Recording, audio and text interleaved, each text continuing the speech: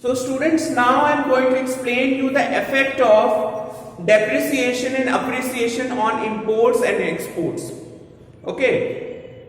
See, I have told you that your depreciation and devaluation both are synonymous things. Okay, that means the effect of both things will be same. And your same is with the case of appreciation and revaluation of the currency. Both the things will be having the same effect on the imports and exports.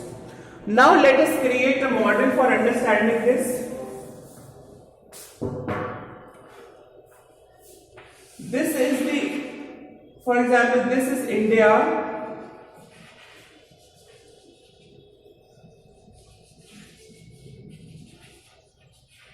Okay, and this is your United States of America.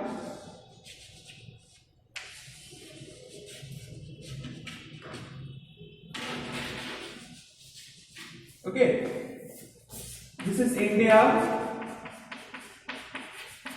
and this is your United States of America. Okay, and what is the currency of India? The official currency of India is the Indian rupee. The official currency of India is the Indian rupee, and the official currency of the United States of America is your US dollars. Okay. Why I am telling you US dollar again? Because dollar is the currency of various countries. So if I am talking about the United States of America, then it is US dollars.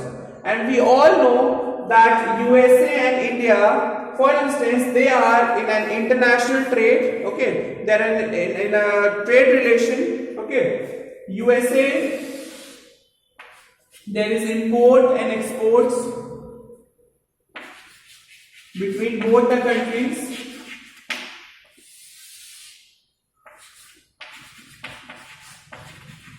There is imports and exports between both the countries. India also purchases certain goods and services from the United States of America, and United States of America also purchases some of the goods and services from India. So for this they are obliged to make payments to each other. Alright. So for instance, there is a situation when $1 US is equal to 50 rupees. For instance, there is a situation where $1 US is equals to 50 rupees. Alright. And India, I am just taking a simple example to make you understand. The trade is in crores. It is in millions. It is in billions. So I am just making you understand by giving a simple example. Okay, for example, India is purchasing a particular good which is of $5 US. There is some, for example, from USA, they are purchasing some jeans. Okay, we are purchasing jeans from the United States of America, and price of each jeans is $5.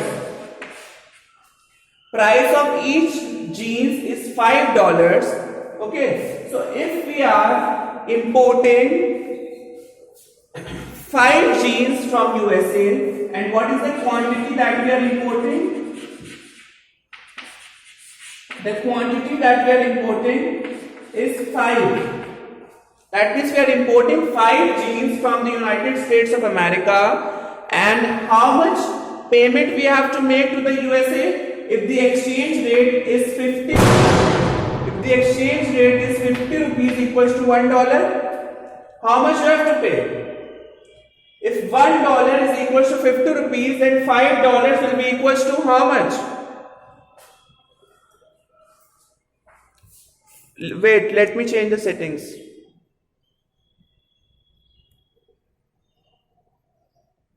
Yes, you can speak now. If $1 is equals to 50 rupees, then $5 will be equals to how much? 250.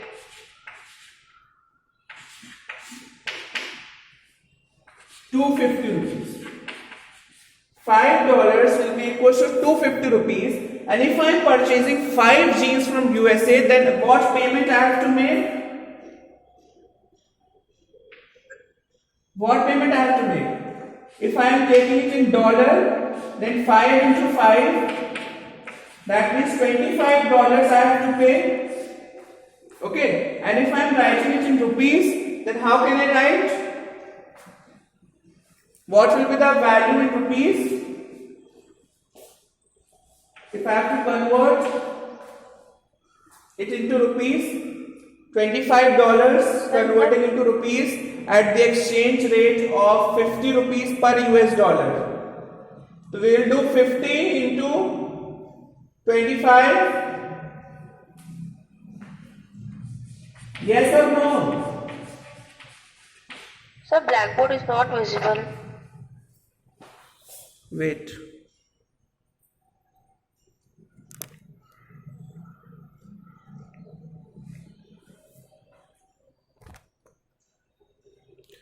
I am saying for determining this value, that means we are importing 5 jeans from USA and each jeans is of $5. Okay, then we have to pay them $25. Okay, and what is the value of $1? It is equals to 50 rupees. Then how much rupee we have to get converted into dollars? 1250. We have, how we will do it? 50 into 25, no. This is the method to determine.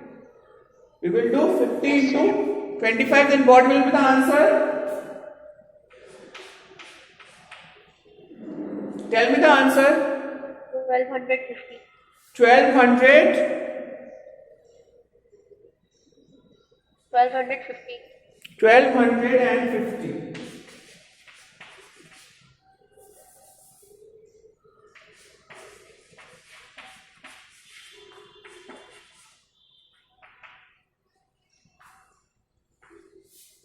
So we have to pay them 1250 rupees. Okay, if I am converting US dollars into rupees. Now what happens? A situation arises in which, due to some reasons, this $1 12,000 लिख दिया